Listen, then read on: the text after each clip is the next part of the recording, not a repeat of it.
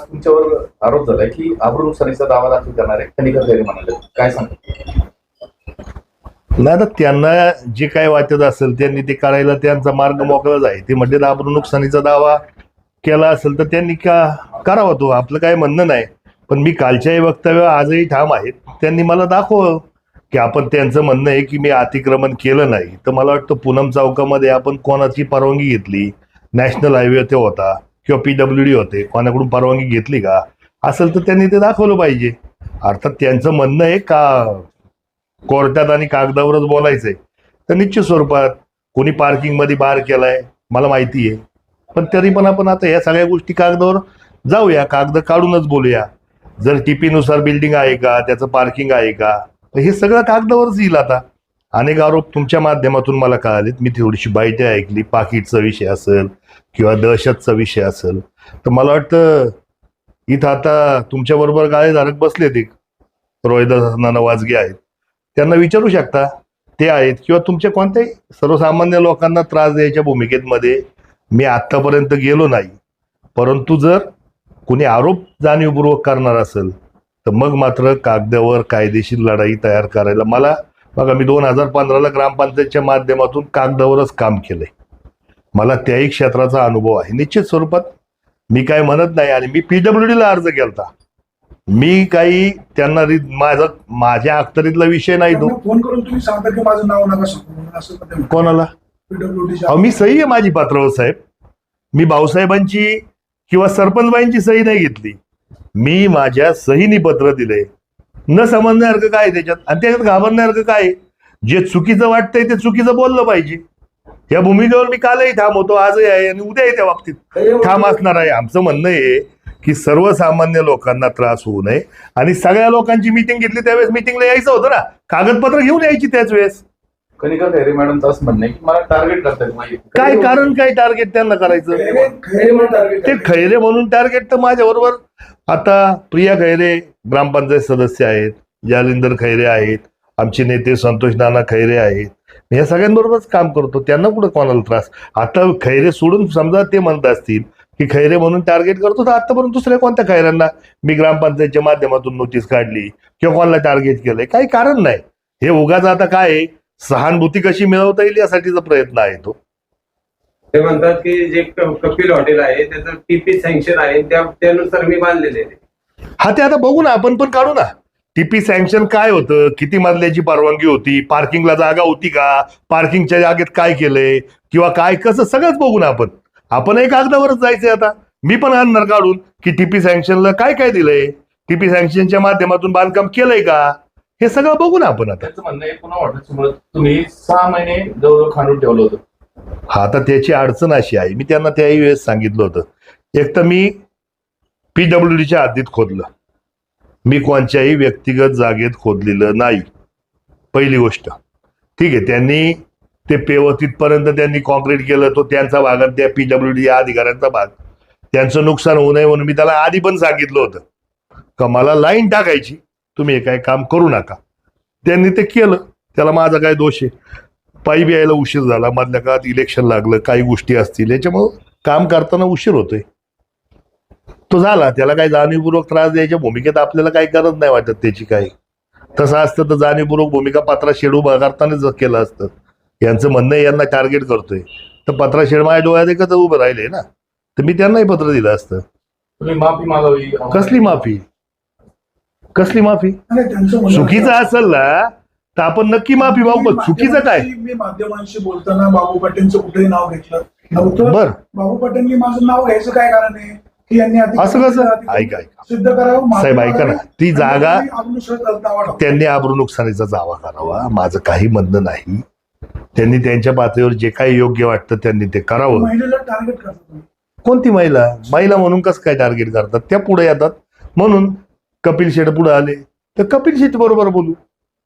मागे असं त्या सोसायटीच्या पाण्यासंदर्भात लोकांचा प्रश्न होता, त्यावेळेस मी ती भूमिका घेतली होती. त्यावेळेस मला म्हटलं ते पाईपलाईन उखडून टाकू. असं चालत नाही. सर्वसामान्य लोकांना त्रास द्यायच्या भूमिकेत कोणी गेलेलं चालणार नाही. आणि त्या बाबतीत मग जे काय वाटेल कागदावर तर कागदावर, कायदेशीर ज्या पद्धतीने प्रश्न येईल त्या पद्धतीने उत्तर निश्चित स्वरूपात द्यायचा प्रयत्न आपण करणार ना. कारण जे मला दिसतं, मला कळतं, मी समजा माझ्यावर आरोप केले की माझं तिथं बायपासच्या बाबतीत बाबू पाटील भांडलाय, मग माझ्या क्षेत्रातून जर उड्डाण पूल नसताना मंजूर नवीन होत असेल तर मी भांडलोय, पण मी तिथं कुठं अतिक्रमण केलंय? सांगा हो. तुमची शेती होती ती हो. गेली म्हणून तुम्ही वाढले. हो. माझं पण जागा झाली 7-12 माझा. नाही नाही, आपण जागा जाती 7-12, मला वाटतं हा रस्ता आम्हाला आठवत नाही तेव्हापासूनही, बरोबर ना? मग त्यावेळेस जर तुम्ही म्हणताय बांधकाम केलं तर मग ते बांधकाम तुम्ही रस्त्याला खिटून का नाही केलं त्यावेळेस? नियम आहेत ना, नियम आहेत त्याला. आठवण म्हणण्यापेक्षा ऐतिहासिक रस्ता आहे हा, शिवनेरीकडे जाणारा नारायणगाव तर हा एकमेव रस्ता आहे. मग आजही नकाशावर तोच राज्य महामार्ग आहे. आपलं काय म्हणणं नाही ना, आमचं म्हणणं काय, आम्ही PWDला पत्र दिलंय, जी सर्वसामान्य सगळ्या लोकांनी केलंय. उद्या यायचा जायचा प्रश्न गंभीर आहे, उद्या अँब्युलन्स तिथून जावी लागती, म्हणून हा सगळा प्रयत्न आहे. बाकी दुसरं सार्वजनिक बांधकाम विभागाच्या जागेमध्ये अनधिकृत टपरे आहे, त्यांना तुम्ही संरक्षण देण्याचा प्रयत्न करता. मी संरक्षण सहानुभूती समजून घ्या, मतांसाठी घेता समजून घ्या. असा आरोप. ऐका ना, मतांसाठी सहानुभूतीची गरज लागत नाही, आणि एकदा सहानुभूती मिळते. वाणी साहेब, मी 4थी टर्म नारायणगाव ग्रामपंचायत मध्ये निवडून आलोय, एकदा सरपंच म्हणून काम करतोय, 3 वेळा सदस्य म्हणून काम करतोय. मला वाटतं सहानुभूती ही फक्त त्याला कामच करावं लागतं, आणि लोकांनी कामाचं म्हणून मला आणि माझ्या मंडळीला जिल्हा परिषदला 4,500 मतांचं लीड, सहानुभूतीने एवढी मतं पडत नाही. माझ्या घरातलं कोणी गेलंय किंवा माझ्या घरातल्यांचा इश्यू करून मी आतापर्यंत समोर करून मी सहानुभूती मिळवायचा प्रयत्न कधीच केला नाही. माझ्यासारखा रोखटोक बोलणारा माणूस मला वाटत नाही इथून मागच्या इतिहासात सरपंच म्हणून कोणी बसला असेल. मी स्पष्टपणे बोलतो, मला चुकीचं वाटतं ते मी बोलतो. कदाचित मी मोठ्यापणाने बोलतो, माझा आवाज मोठा आहे, समोरच्याला वाटत आहे असं, परंतु मी सहानुभूतीचं राजकारण करत नाही. कारण माझं सवय आहे, मी माझ्या कामाच्या स्वरूपात मी जे काय आज नाव असेल किंवा लोकांनी मला जे मॅन्डेट दिलं असेल ते माझ्या कामाच्या स्वरूपात आहे. लोकांनी काम बघितलंय म्हणून लोकांनी 24 तास मी काम करायचा प्रयत्न करतो, लोकांसाठी धावतो, म्हणून लोक बरोबर आहेत. मला वाटत नाही कोण सहानुभूती म्हणून मला काम करायची, मला अजिबात इच्छा सुद्धा नाही की मला कोणी सहानुभूती म्हणून मला निवडून द्यावं. तुमची भूमिका काय असणार तर त्या कोर्टात जाणार तुमच्या आणि प्रशासनाच्या विरोधात तुम्ही काय करणार? नाही, मी आता मला जर ते जर एवढ्या पातळीवर जाऊन म्हणत असतील तर मग मात्र मी पण कागदाचाच अभ्यास करून कायद्यानेच ज्या काही गोष्टी असतील त्या आपण करायचा प्रयत्न करू. जे होईल कोर्ट ठरवेल, अधिकारी ठरवतील, परंतु ग्रामपंचायतच्या प्रशासनाच्या माध्यमातून मात्र निश्चित स्वरूपात अनेक गोष्टी आहेत, अनेक गोष्टी बोलायच्यात, समोर येईल सगळं, त्यावेळेस आपण तुमच्या माध्यमातून परत बोलू. अतिक्रमण केलंय नाही केलंय कागद सांगतील ना, मी बोलण्यापेक्षा कागद सांगतील. कागदाच्या हिशोबाने त्यांनी सार्वजनिक रस्ता म्हणता, खासगी माणसाला सार्वजनिक रस्ता म्हणता ते विषय तो PWDचा. पण मी परत कालही मी तुम्हाला सगळ्यांना सांगितलं होतं, PWDने ऍक्शन घ्यावी, PWDचा अधिकार आहे. त्यांचं म्हणणं तसंच आहे की माझी ग्रामपंचायती संदर्भात जी तक्रार असते भाऊसाहेबांनी पुढे यावं. भाऊसाहेब असले, सरपंच असले, उपसरपंच असले, लोकांनी आम्हाला कशासाठी निवडून दिले? भाऊसाहेब काय 24 तास उपलब्ध आहे का? नाही ना. भाऊसाहेबांनी पुढे येतं, भाऊसाहेबही बोलतील, अडचण त्यांची नाहीच आहे. कायद्याने जर आम्हाला अधिकार दिलेत मग तसं असतं तर मग भाऊसाहेबांनाच बसवलं असतं ना. सरपंच उपसरपंच सदस्य काय निवडून दिले आहेत ते? लोकांनी प्रशासनाने हे सगळं कशासाठी घाट घातलाय? सुव्यवस्था राहावी म्हणूनच केलंय. सार्वजनिक बांधकाम विभागाच्या जागेमध्ये अनधिकृत टपऱ्या बांधलेल्या आहेत, त्या लोकांना तुम्ही पाठिंबा देता? नाही नाही, पाठिंबा मी कोणाला द्यायचा प्रश्न येत नाही. तो मी टपऱ्या माझ्या माध्यमातून झाल्या असतील तर मग ठीक आहे. ह्या मला वाटतं 40 वर्ष झाले असतील आता टपऱ्यांना, 80ला बरोबर ना, 86ला. मी माझ्या खासगी जागेत बांधकाम करते, तिथं तुम्ही अडचण निर्माण करता, आणि सार्वजनिक जागेमध्ये ज्या टपऱ्या आहेत त्यांनी कुठं नवीन बांधकाम केलं? त्यांनी कुठं नवीन बांधकाम केलंय? कुठं रस्त्यावर जो पाईप टाकलेला होता ना, कोणता? त्याच्यावर त्यांनी पानपट्टीच्या पुढे त्यांनी जे बांधकाम त्यांच्या जागेत केलेलं आहे. ऐका ना, माझं म्हणणं काय आहे, आपलं तेच सांगतोय. मीटिंग घेतली होती त्यावेळेस त्यांनी यायचं होतं, बोलायचं होतं, मांडायचं होतं. अधिकारी कशाला बोलवायला पाहिजे? सार्वजनिक सगळ्यांना सांगून मीटिंग कॉल केली होती, गावाच्या बाहेर तर राहत नाही, बरोबर ना? बोलवायचं काही कारण नाही. नोटीस 26 जणांना हा, पण नोटिसा सगळ्यांनाच, मग नोटिसा होत्या तर यायचं होतं ना. नोटिसा तुम्ही म्हणता, एक बाजूला म्हणता नोटिसा दिल्यात, एक बाजूला म्हणता मला बोलवलं नाही.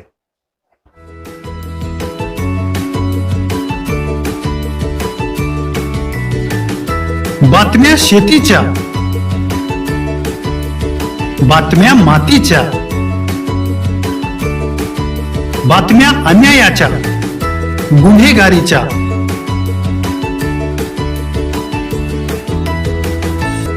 राजकारणाच्या आणि समाजकारणाच्या,